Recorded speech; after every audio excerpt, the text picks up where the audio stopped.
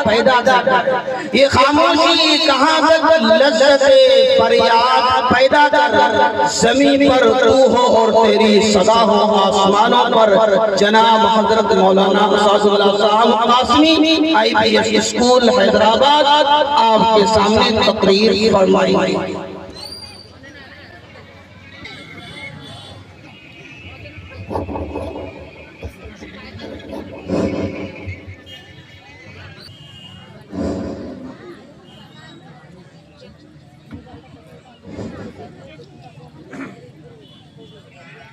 अस्सलामु अलैकुम व रहमतुल्लाहि व बरकातुहू। व बिही नस्तईन अम्मा बअद फ़अऊज़ु बिल्लाहि मिनश शैतानिर रजीम। बिस्मिल्लाहिर रहमानिर रहीम। या अय्युहल्लज़ीना आमनू क़ू अनफुसकुम व अहलीकुम नारा। सदक़ल्लाहुल अज़ीम। खुदा की याद से अब गाफिल नहीं रहना है मुझे। खुदा की याद से अब गाफिल नहीं रहना है मुझे। करे कोई कुछ भी जिक्र खुदा करना है मुझे। ऐसे हालात में भी चाहे कोई न सुधरे, ऐसे हालात में भी चाहे कोई न सुधरे, सुधर कर राह पर हमेशा चलना है मुझे। कोई भी कितने ही फजूल की बातें करे, कोई भी कितने ही बेफजूल की बातें करे, रसूल पाक की सदा बातें करना है मुझे। मोहतरम सामीईन किराम और पर्दानशी मेरी माओ बहनों, आज का ये प्रोग्राम कोई आम खास प्रोग्राम नहीं है, बल्कि इस प्रोग्राम को रखने का मकसद इस्लाह मुआशरा है, जिसके अंदर कई पहलू आते हैं।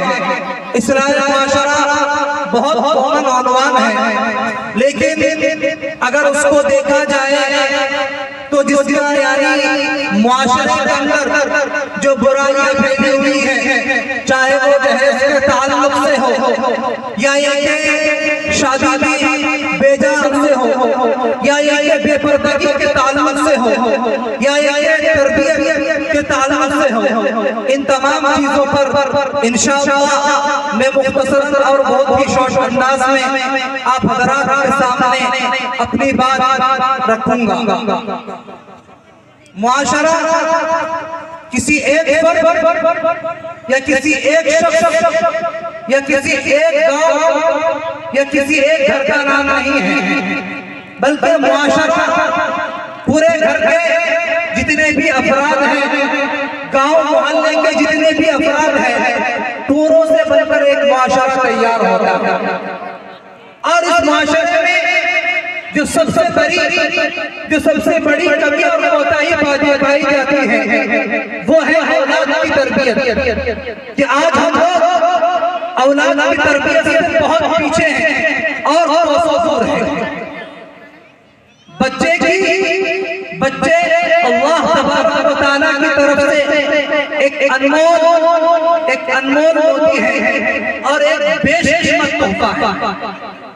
औलाद की कीमत का एहसास उस आदमी को होता है कि जिसके 10 साल गुजरने के बाद या पूरी जिंदगी गुजरने के बाद जिसको औलाद न होती हो, वो उसकी कदर और उसकी एहसास समझता है।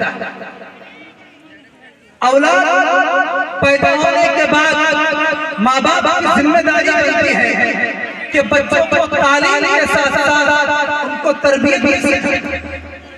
तालीम का सिलसिला बात शुरू होता है जब बच्चे के अंदर शुद्ध आ जाती है, बच्चे के अंदर अकल आ जाती है, बच्चा समझने लगता है, उसके बाद जाकर हम उसको तालीम से रोशनास करते हैं। लेकिन तरबियत जो कि बच्चे का और औलाद का पहला मदरसा वो वालिदैन है, पहला स्कूल वो वालिदैन है। वालिदैन जिस तरीके से उनके साथ सुलूक करेंगे, उनके साथ बर्ताव करेंगे और दूसरों के साथ बर्ताव करेंगे, बच्चा उस चीज को अफ़ा करता है।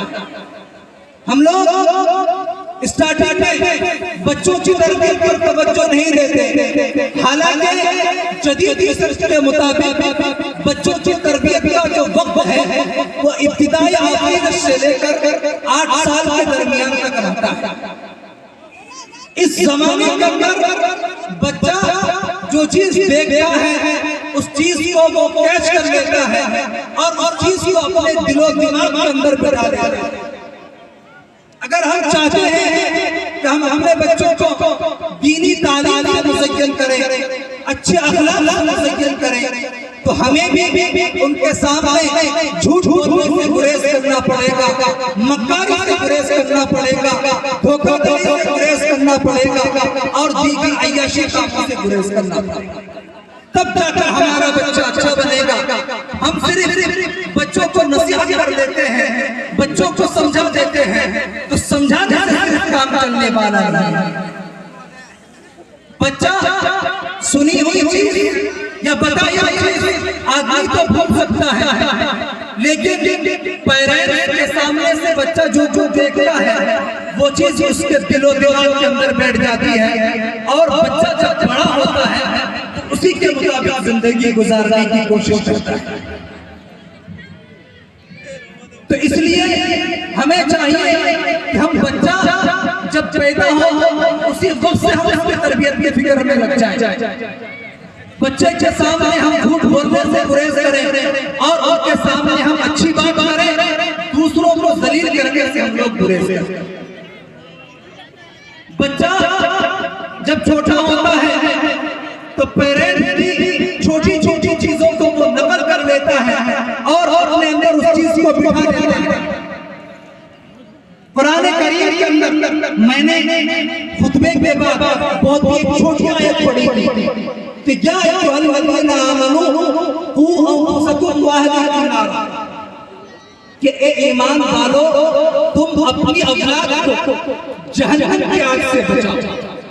और जहन्नम की आग की कैफियत भी बयान कर दी है कि उस आग के आजू बाजू जो तुम फरिश्ते होंगे, अल्लाह तबारक व तआला फरिश्तों को जिस बात का हुक्म करेंगे वो उसको कर गुजरेंगे। याद रखिए कि कुरान करीम ने नार का वर्ड इस्तेमाल किया है, नार का लफ्ज इस्तेमाल किया। इससे अल्लाह तबारक व तआला एक इशारा कर रहे हैं और ये समझाना चाहते हैं कि हमारा बच्चा अगर छोटा हो, सामने एक आग जल रही हो, उसके शोले भड़क रहे हो और बच्चा हमारा छोटा सा उसको खुशनुमा समझकर, उसको खूबसूरत समझकर, उसको अच्छा समझकर उसकी तरफ बढ़ने की कोशिश करता है, तो क्या हम सुकून और इत्मीनान से बैठ जाएंगे और हम ये कहेंगे कि बेटा उस आग की तरफ नहीं जाना है, इससे तुम्हारी जान को नुकसान होगा, अगर उस आग में हाथ डालोगे तुम्हारा हाथ जल राख हो जाएगा, तुम खत्म हो जाओगे। क्या हम किसी बात पर इत्तेफाक करेंगे और हम उनसे कुर्सी में बैठ जाएंगे? बिल्कुल नहीं, पता नहीं। बल्कि अगर हमारा बच्चा आग की तरफ बढ़ता हुआ देखकर हमारी नींद खत्म हो जाएगी, हमारा सुकून गायब हो जाएगा। बच्चे को आग की तरफ बढ़ता हुआ देखकर फौरन उसको उठा लेंगे और किसी सुकून, किसी राहत की तरफ जगह पर ले जाकर उसको सुकून और इत्मीनान से बिठाएंगे, उसके बाद हमें सुकून मिलेगा।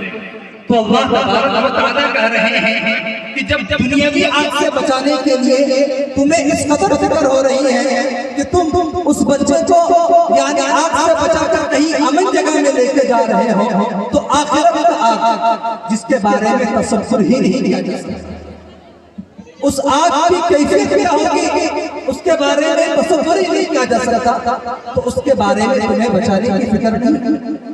आज हम लोग अपने बच्चों की राहत रसानी के लिए, अपने बच्चों को आराम पहुंचाने के लिए कि उनकी आमदनी अच्छी हो जाए, उनका बंगला अच्छा हो जाए, उनको अच्छा मोटरसाइकिल दिलाए, लेकिन